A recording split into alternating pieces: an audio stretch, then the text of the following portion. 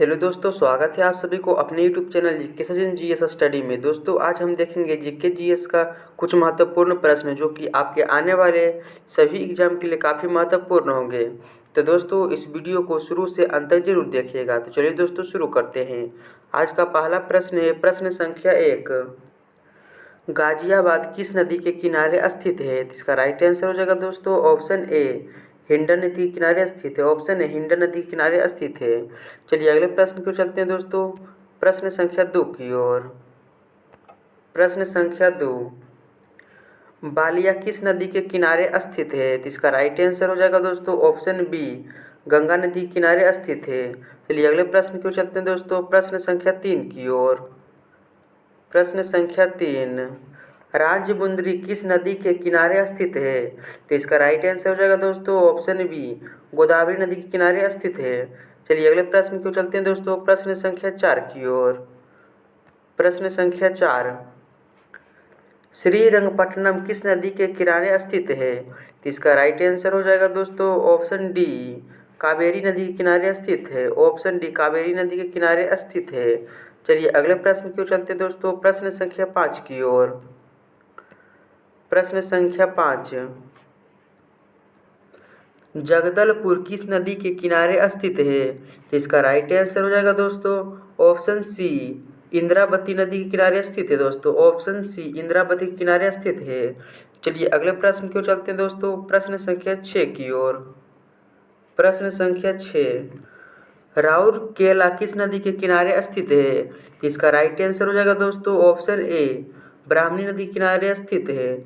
चलिए अगले प्रश्न की ओर चलते हैं दोस्तों, प्रश्न संख्या 7 की ओर। प्रश्न संख्या 7, मुंगेर किस नदी के किनारे स्थित है? इसका राइट आंसर हो जाएगा दोस्तों ऑप्शन बी, गंगा नदी के किनारे स्थित है। चलिए अगले प्रश्न की ओर चलते हैं दोस्तों, प्रश्न संख्या 8 की ओर। प्रश्न संख्या 8, अयोध्या किस नदी के किनारे स्थित है? तो इसका राइट आंसर हो जाएगा दोस्तों ऑप्शन सी, सरयू नदी के किनारे स्थित है। ऑप्शन सी, सरयू नदी के किनारे स्थित है। चलिए अगले प्रश्न की ओर चलते हैं दोस्तों, प्रश्न संख्या 9 की ओर। प्रश्न संख्या 9, बिजनौर किस नदी के किनारे स्थित है? तो इसका राइट आंसर हो जाएगा दोस्तों ऑप्शन सी, गंगा नदी के किनारे स्थित है। चलिए अगले प्रश्न की ओर चलते हैं दोस्तों, प्रश्न संख्या 10 की ओर। प्रश्न संख्या 10, गुवाहाटी किस नदी के किनारे स्थित है? तो इसका राइट आंसर हो जाएगा दोस्तों ऑप्शन डी, ब्रह्मपुत्र नदी के किनारे स्थित है। ऑप्शन डी, ब्रह्मपुत्र नदी के किनारे स्थित है। चलिए अगले प्रश्न की ओर चलते हैं दोस्तों, प्रश्न संख्या 11 की ओर। प्रश्न संख्या 11, पहली बार भारत रत्न पुरस्कार कब दिया गया? तो इसका राइट आंसर हो जाएगा दोस्तों ऑप्शन बी, 2 जनवरी 1954 ईस्वी में। ऑप्शन बी, 2 जनवरी 1954 ईस्वी में। चलिए अगले प्रश्न की ओर चलते हैं दोस्तों, प्रश्न संख्या 12 की ओर। प्रश्न संख्या 12, भारत रत्न पुरस्कार की स्थापना 2 जनवरी 1954 को किसने की थी? तो इसका राइट आंसर हो जाएगा दोस्तों ऑप्शन डी, राजेंद्र प्रसाद ने किए थे। दोस्तों ऑप्शन डी, राजेंद्र प्रसाद ने किए थे। चलिए अगले प्रश्न की ओर चलते हैं दोस्तों, प्रश्न संख्या 13 की ओर। प्रश्न संख्या 13, सबसे पहले भारत रत्न पुरस्कार से किनको सम्मानित किया गया? तो इसका राइट आंसर हो जाएगा दोस्तों ऑप्शन डी, उपर्युक्त सभी को, चंद्रशेखर बेक्टरमन को भी, चक्रवर्ती राजगोपालाचारी को भी, सर्वपल्ली राधाकृष्णा को भी। इनका राइट आंसर हो जाएगा दोस्तों ऑप्शन डी, उपर्युक्त सभी को। चलिए अगले प्रश्न की ओर चलते हैं दोस्तों, प्रश्न संख्या 14 की ओर। प्रश्न संख्या 14, भारत रत्न प्राप्त करने वाले प्रथम व्यक्ति कौन थे? तो इसका राइट आंसर हो जाएगा दोस्तों option C, Sarvepalli Radhakrishna. Option C, Sarvepalli Radhakrishna. चलिए अगले प्रश्न की ओर चलते हैं दोस्तों, प्रश्न संख्या 15 की ओर। प्रश्न संख्या 15, भारत रत्न सबसे पहले किसके द्वारा प्रदान किया गया था? तो इसका राइट आंसर हो जाएगा दोस्तों ऑप्शन बी, राजेंद्र प्रसाद के द्वारा। ऑप्शन बी, राजेंद्र प्रसाद के द्वारा ये प्रथम राष्ट्रपति भी रहे थे। चलिए अगले प्रश्न की ओर चलते हैं दोस्तों, प्रश्न संख्या 16 की ओर। प्रश्न संख्या 16, पद्म पुरस्कार विजेताओं की घोषणा किस दिन की जाती है? तो इसका राइट आंसर हो जाएगा दोस्तों ऑप्शन बी, गणतंत्र दिवस के दिन। ऑप्शन बी गणतंत्र दिवस दिन। चलिए अगले प्रश्न की ओर चलते हैं दोस्तों, प्रश्न संख्या 17 की ओर। प्रश्न संख्या 17, पद्म पुरस्कार किसके द्वारा प्रदान की जाती है? तो इसका राइट आंसर हो जाएगा दोस्तों ऑप्शन डी राष्ट्रपति के द्वारा। ऑप्शन डी राष्ट्रपति के द्वारा। चलिए अगले प्रश्न की ओर चलते हैं दोस्तों, प्रश्न संख्या 18 की ओर। प्रश्न संख्या 18, वर्ष 2023 में कुल कितने लोगों को पद्म पुरस्कार दिए गए हैं? तो इसका राइट आंसर हो जाएगा दोस्तों ऑप्शन सी 106 गो। ऑप्शन सी 106 गो। चलिए अगले प्रश्न की ओर चलते हैं दोस्तों, प्रश्न संख्या 19 की ओर। प्रश्न संख्या 19, वर्ष 2023 में कुल कितनी महिलाओं को पद्म पुरस्कार दिया गया? तो इसका राइट आंसर हो जाएगा दोस्तों ऑप्शन डी 19 महिलाओं को। ऑप्शन डी 19 महिलाओं को। चलिए अगले प्रश्न की ओर चलते हैं दोस्तों, प्रश्न संख्या 20 की ओर। प्रश्न संख्या 20, वर्ष 2023 में कुल कितने लोगों को पद्म भूषण से सम्मानित किया गया? तो इसका राइट आंसर हो जाएगा दोस्तों ऑप्शन डी 9 लोगों को। ऑप्शन डी 9 लोगों को। चलिए अगले प्रश्न की ओर चलते हैं दोस्तों, प्रश्न संख्या 21 की ओर। प्रश्न संख्या 21, तराइन का प्रथम युद्ध कब हुआ था? तो इसका राइट आंसर हो जाएगा दोस्तों ऑप्शन सी 1191 ईस्वी में। ऑप्शन सी 1191 ईस्वी में। चलिए अगले प्रश्न की ओर चलते हैं दोस्तों, प्रश्न संख्या 22 की ओर। प्रश्न संख्या 22, तराइन का प्रथम युद्ध किसके बीच लड़ा गया था? तो इसका राइट आंसर हो जाएगा दोस्तों ऑप्शन बी मोहम्मद गौरी तथा पृथ्वीराज चौहान के मध्य। ऑप्शन बी मोहम्मद गौरी तथा पृथ्वीराज चौहान के मध्य। चलिए अगले प्रश्न की ओर चलते हैं दोस्तों, प्रश्न संख्या 23 की ओर। प्रश्न संख्या 23, तराइन का द्वितीय युद्ध कब हुआ था? तो इसका राइट आंसर हो जाएगा दोस्तों ऑप्शन ए 1192 ईस्वी में। ऑप्शन ए 1192 ईस्वी में। चलिए अगले प्रश्न की ओर चलते हैं दोस्तों, प्रश्न संख्या 24 की ओर। प्रश्न संख्या 24, तराइन का द्वितीय युद्ध किसके बीच लड़ा गया था? तो इसका राइट आंसर हो जाएगा दोस्तों ऑप्शन ए मोहम्मद गौरी तथा पृथ्वीराज चौहान के मध्य। ऑप्शन ए मोहम्मद गौरी तथा पृथ्वीराज चौहान के मध्य। चलिए अगले प्रश्न की ओर चलते हैं दोस्तों, प्रश्न संख्या 25 की ओर। प्रश्न संख्या 25, मुगल साम्राज्य का स्थापना कब हुआ था? तो इसका राइट आंसर हो जाएगा दोस्तों ऑप्शन डी 1526 ईस्वी में। चलिए अगले प्रश्न की ओर चलते हैं दोस्तों, प्रश्न संख्या 26 की ओर। प्रश्न संख्या 26, पानीपत का प्रथम युद्ध कब हुआ था? तो इसका राइट आंसर हो जाएगा दोस्तों ऑप्शन बी 21 अप्रैल 1526 ईस्वी को। ऑप्शन बी 21 अप्रैल 1526 ईस्वी को। चलिए अगले प्रश्न की ओर चलते हैं दोस्तों, प्रश्न संख्या 27 की ओर। प्रश्न संख्या 27, पानीपत का प्रथम युद्ध किसके मध्य लड़ा गया था? तो इसका राइट आंसर हो जाएगा दोस्तों ऑप्शन डी बाबर और इब्राहिम लोदी के मध्य। ऑप्शन डी बाबर और इब्राहिम लोदी के मध्य। चलिए अगले प्रश्न की ओर चलते हैं दोस्तों, प्रश्न संख्या 28 की ओर।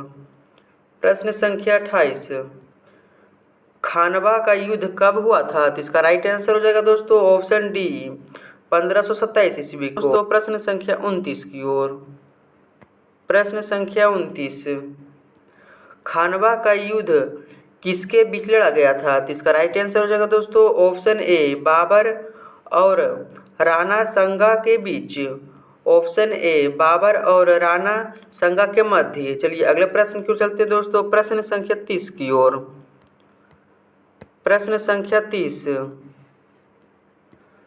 चंदेरी का युद्ध कब हुआ था? तो इसका राइट आंसर हो जाएगा दोस्तों ऑप्शन ए 1528 ईस्वी को। ऑप्शन ए 1528 ईस्वी को। चलिए अगले प्रश्न की ओर चलते हैं दोस्तों, प्रश्न संख्या 31 की ओर। प्रश्न संख्या 31, कैलाश मंदिर कहाँ स्थित है? तो इसका राइट आंसर हो जाएगा दोस्तों ऑप्शन बी एलोरा में। ऑप्शन बी एलोरा में, महाराष्ट्र राज्य में। चलिए अगले प्रश्न की ओर चलते हैं दोस्तों, प्रश्न संख्या 32 की ओर। प्रश्न संख्या 32, माता वैष्णो देवी की मंदिर कहाँ अवस्थित है? इसका राइट आंसर हो जाएगा दोस्तों ऑप्शन बी कटाड़ा में। ऑप्शन बी कटाड़ा में जम्मू कश्मीर में है। चलिए अगले प्रश्न को चलते हैं दोस्तों प्रश्न संख्या 33 की ओर।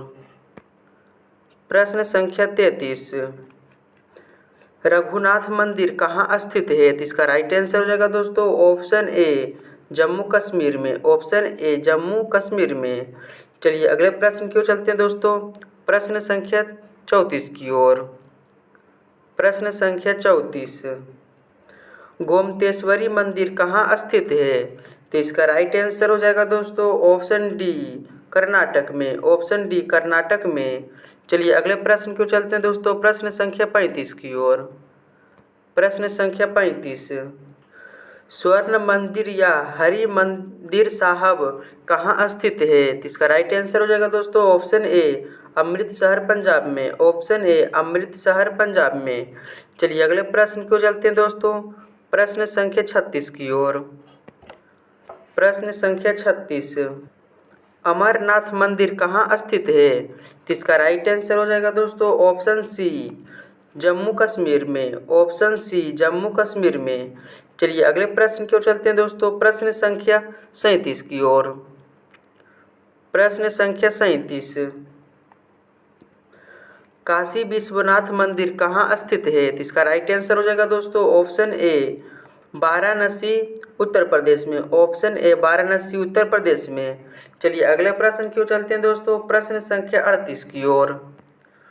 प्रश्न संख्या 38, रथ मंदिर कहाँ स्थित है? इसका राइट आंसर हो जाएगा दोस्तों ऑप्शन डी महाबलीपुरम तमिलनाडु में। ऑप्शन डी महाबलीपुरम तमिलनाडु में। चलिए अगले प्रश्न की ओर चलते हैं दोस्तों प्रश्न संख्या 39 की ओर।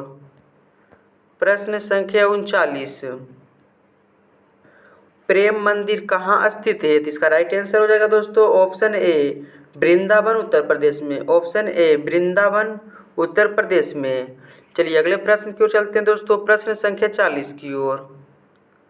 प्रश्न संख्या 40, रामनाथ स्वामी मंदिर कहाँ स्थित है? इसका राइट आंसर हो जाएगा दोस्तों ऑप्शन डी रामेश्वरम तमिलनाडु में। ऑप्शन डी रामेश्वरम तमिलनाडु में। चलिए अगले प्रश्न की ओर चलते हैं दोस्तों प्रश्न संख्या 41 की ओर।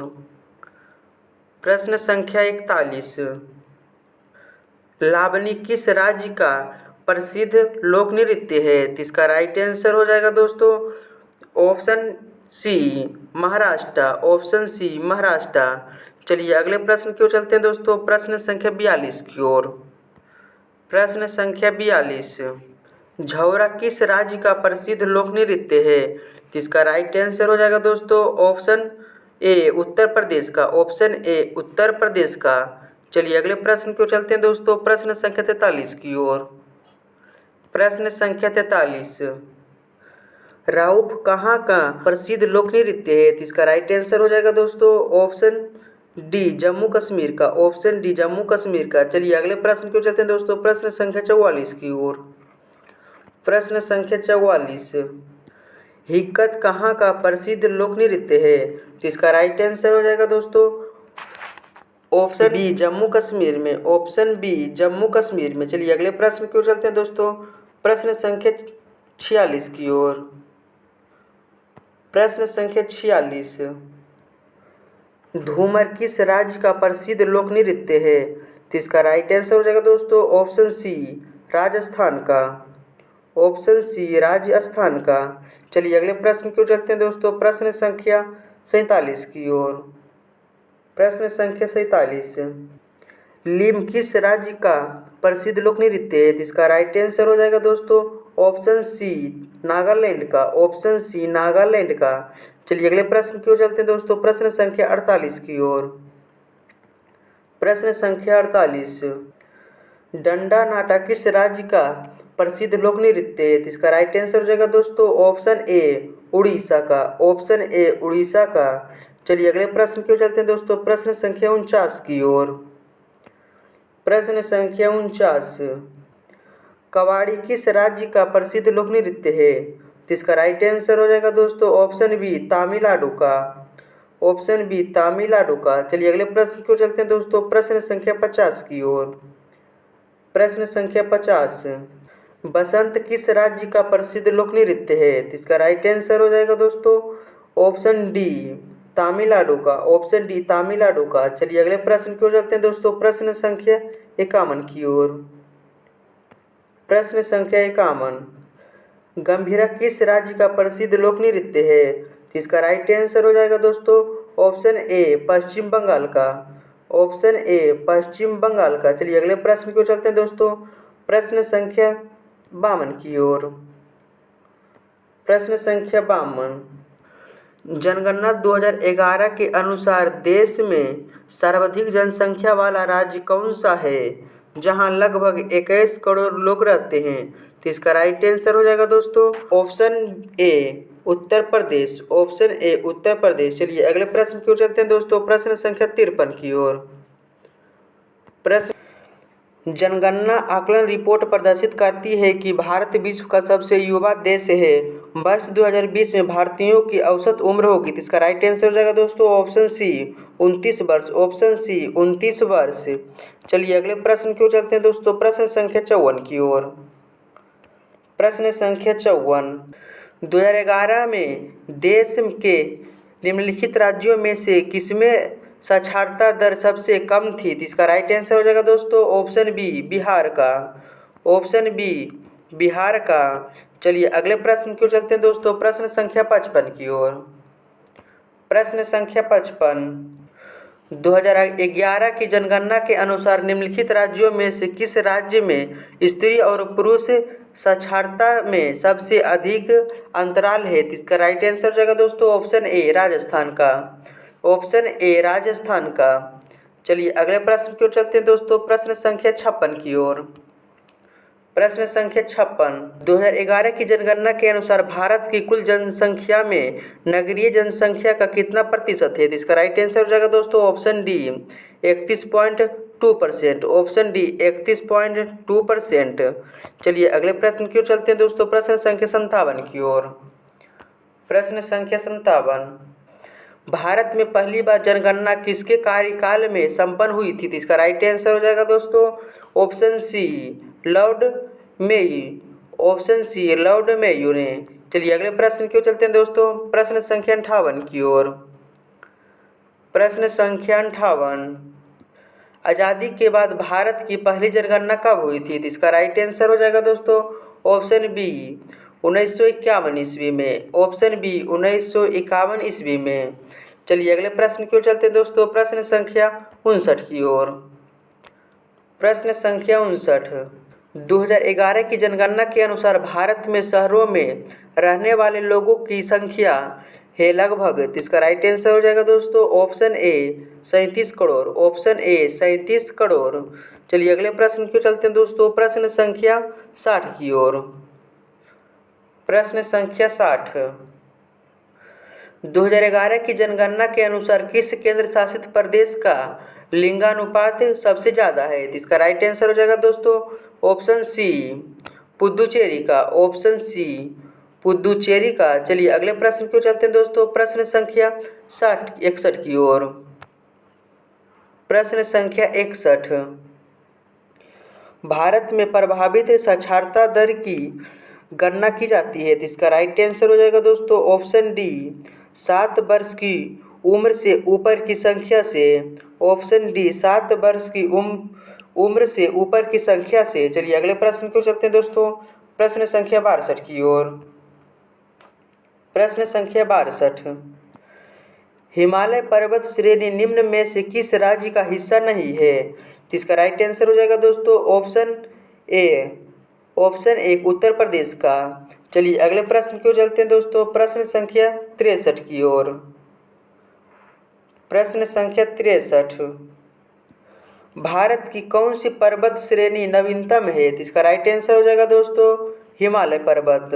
ऑप्शन 3 हिमालय पर्वत। चलिए अगले प्रश्न की ओर चलते हैं दोस्तों, प्रश्न संख्या 64 की ओर।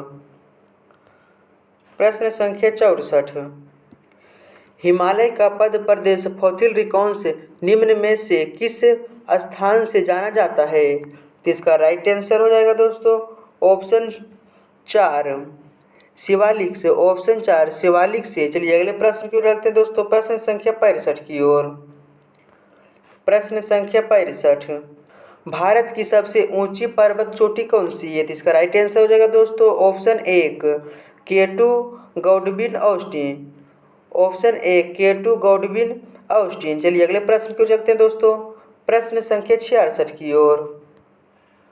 प्रश्न संख्या 66, नंदा देवी स्थित है, तो इसका राइट आंसर हो जाएगा दोस्तों ऑप्शन 2 उत्तराखंड में। ऑप्शन 2 उत्तराखंड में। चलिए अगले प्रश्न की ओर चलते हैं दोस्तों, प्रश्न संख्या 67 की ओर। प्रश्न संख्या 67, माउंट एवरेस्ट को नेपाल में किस नाम से जाना जाता है? तो इसका राइट आंसर हो जाएगा दोस्तों ऑप्शन 2 सागर माथा के नाम से। ऑप्शन 2 सागर माथा के नाम से। चलिए अगले प्रश्न की ओर चलते हैं दोस्तों, प्रश्न संख्या 68 की ओर। प्रश्न संख्या 68, निम्न में से कौन सी भारत की सबसे प्राचीन पर्वत श्रेणी है? तो इसका राइट आंसर हो जाएगा दोस्तों ऑप्शन 3 अरावली पर्वत। ऑप्शन 3 अरावली पर्वत। चलिए अगले प्रश्न की ओर चलते हैं दोस्तों, प्रश्न संख्या 69 की ओर। प्रश्न संख्या 69, अरावली पर्वत का सर्वोच्च शिखर है, तो इसका राइट आंसर हो जाएगा दोस्तों ऑप्शन 3 गुरु शिखर। ऑप्शन 3 गुरु शिखर। चलिए अगले प्रश्न की ओर चलते हैं दोस्तों, प्रश्न संख्या 70 की ओर। प्रश्न संख्या 70, दक्षिण भारत की सबसे ऊंची चोटी है, तो इसका राइट आंसर हो जाएगा दोस्तों ऑप्शन 3 अन्नामुदी। ऑप्शन 3 अन्नामुदी। चलिए अगले प्रश्न की ओर चलते हैं दोस्तों, प्रश्न संख्या 71 की ओर। प्रश्न संख्या 71, पश्चिमी घाट और पूर्वी घाट किस पर्वत श्रेणी पर मिलती है? तो इसका राइट आंसर हो जाएगा दोस्तों ऑप्शन 2 नीलगिरी पर्वत श्रेणी पर। ऑप्शन 2 नीलगिरी पर्वत श्रेणी पर। चलिए अगले प्रश्न की ओर चलते हैं दोस्तों, प्रश्न संख्या 72 की ओर। प्रश्न संख्या 72, कोचीन बंदरगाह कहाँ स्थित है? तो इसका राइट आंसर हो जाएगा दोस्तों ऑप्शन ए केरल में। ऑप्शन ए केरल में। चलिए अगले प्रश्न की ओर चलते हैं दोस्तों, प्रश्न संख्या 73 की ओर। प्रश्न संख्या 73, कांडला बंदरगाह किस राज्य में स्थित है? तो इसका राइट आंसर हो जाएगा दोस्तों ऑप्शन बी गुजरात में। ऑप्शन बी गुजरात में। चलिए अगले प्रश्न की ओर चलते हैं दोस्तों, प्रश्न संख्या 74 की ओर। प्रश्न संख्या 74, मुर्मू गांव बंदरगाह किस राज्य में स्थित है? तो इसका राइट आंसर हो जाएगा दोस्तों ऑप्शन बी गोवा में। ऑप्शन बी गोवा में। चलिए अगले प्रश्न की ओर चलते हैं दोस्तों, प्रश्न संख्या 75 की ओर। प्रश्न संख्या 75, पारादीप बंदरगाह किस राज्य में स्थित है? तो इसका राइट आंसर हो जाएगा दोस्तों ऑप्शन बी उड़ीसा में। ऑप्शन बी उड़ीसा में। चलिए अगले प्रश्न की ओर चलते हैं दोस्तों, प्रश्न संख्या 76 की ओर।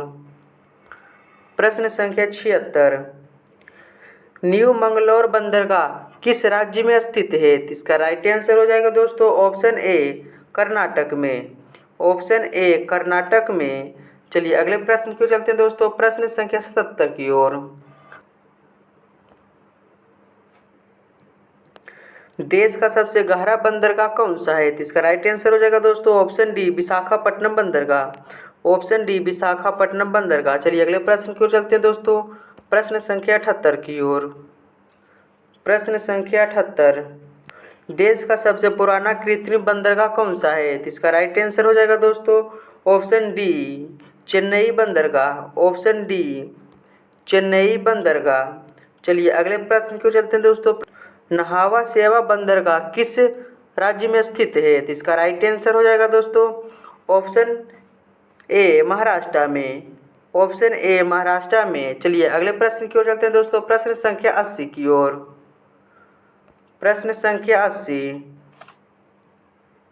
कोलकाता बंदरगाह या हल्दिया बंदरगाह किस नदी पर स्थित है? तो इसका राइट आंसर हो जाएगा दोस्तों ऑप्शन ए हुगली नदी पर। ऑप्शन ए हुगली नदी पर। चलिए अगले प्रश्न की ओर चलते हैं दोस्तों, प्रश्न संख्या 81 की ओर। प्रश्न संख्या 81, निम्नलिखित में से कौन सा एक ज्वारीय बंदरगाह है? तो इसका राइट आंसर हो जाएगा दोस्तों ऑप्शन बी कांडला बंदरगाह। ऑप्शन बी कांडला बंदरगाह। तो दोस्तों अगर आपको वीडियो अच्छा लगा तो प्लीज़ इस चैनल को सब्सक्राइब जरूर कीजिएगा और ज़्यादा से ज़्यादा अपने दोस्तों के पास इस वीडियो को शेयर जरूर कीजिएगा। तो चलिए दोस्तों मिलते हैं नेक्स्ट वीडियो में, तब तक के लिए आप इस वीडियो में बने रहिए।